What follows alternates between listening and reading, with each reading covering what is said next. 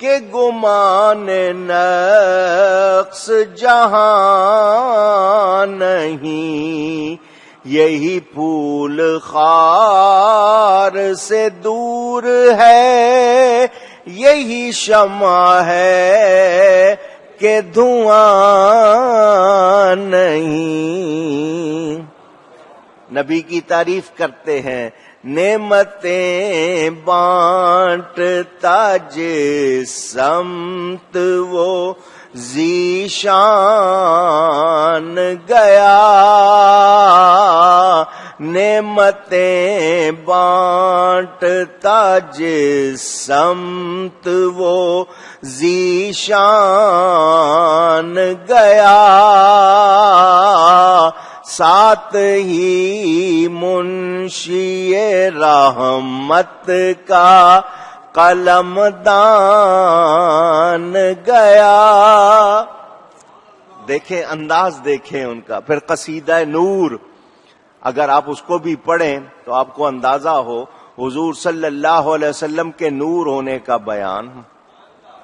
صبح طیبہ میں ہوئی بٹتا ہے باڑا نور کا، صدقہ لینے نور کا آیا ہے تارا۔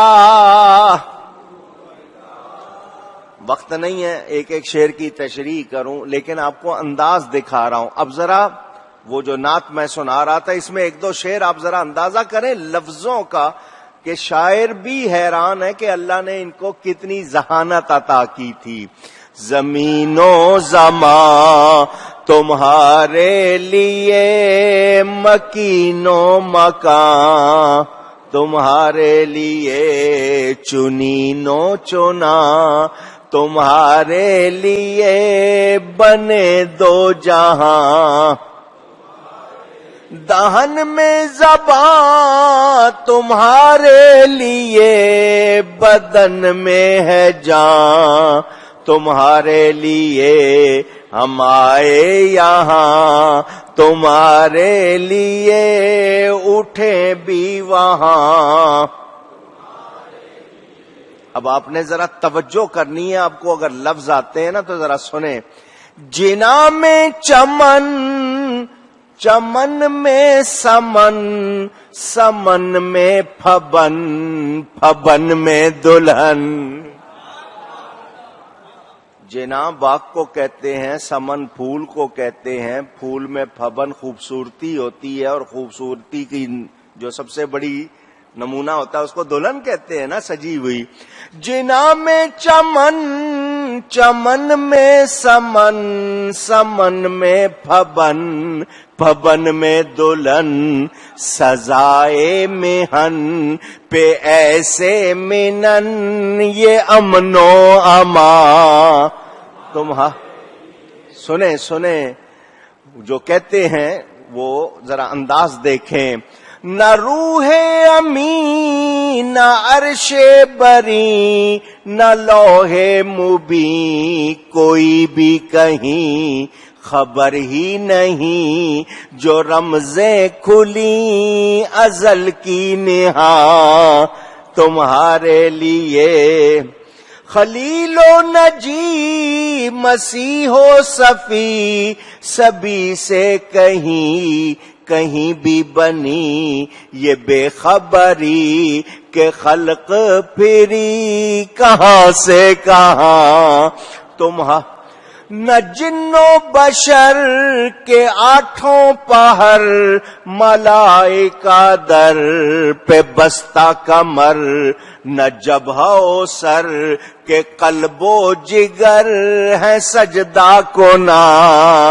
تم بڑا پیارا شعر ہے، میں نے کہا نا آپ کو معنی سمجھاؤں مزہ آ جائے۔ آٹھوں وقت نمازیں ہو رہی ہیں، 8 پہر ہوتے ہیں نا 24 گھنٹے میں، 3 گھنٹے کا ایک پہر ہوتا ہے۔ فرشتے بھی عبادت کر رہے ہیں، بندے بھی کر رہے ہیں، کوئی سر سے کر رہا ہے، کوئی اپنی پیشانی سے کر رہا ہے۔ وہ کہہ رہے ہیں حضور آپ کے لیے تو دل جھک رہے ہیں، ساری کائنات کے دل آپ کی طرف جھکے ہوئے ہیں۔ آپ ان کا اگر یہ پوری توجہ سے دیکھیں، بڑا پیارا یہ شمس و قمر، یہ شام و سحر، یہ برگ و شجر، یہ باغ و ثمر، یہ تیغ و سپر، یہ تاج و کمر، یہ حکم رواں تمہارے لیے، تمہاری چمک، تمہاری دمک، تمہاری جھلک، تمہاری مہک، زمین و فلک، سما کو سمک میں سکہ نشان تمہارے لیے۔ وہ اعلی حضرت، حالانکہ اتنے بڑے عالم اور شاعری، 20 گھنٹے جو آدمی لکھ رہا ہے، فتوے لکھ رہا ہے، شاعری کا ٹائم کب ملتا ہوگا؟ اور لکھنے میں اتنے محب کہ گھر والے کھانا رکھ کے گئے ہیں، سالن بھی رکھا، روٹی بھی رکھی ہے، لکھنے میں مشغول ہے، روٹی توڑ توڑ کے کھاتے رہے، سالن دیکھا ہی نہیں۔ وہ گھر والے آئے، جی سالن تو اسی طرح پڑا، فرمایا میری نظر نہیں پڑی، میں ایسے ہی کھا گیا۔ یعنی اتنا دھیان اس میں لگا ہوا ہے۔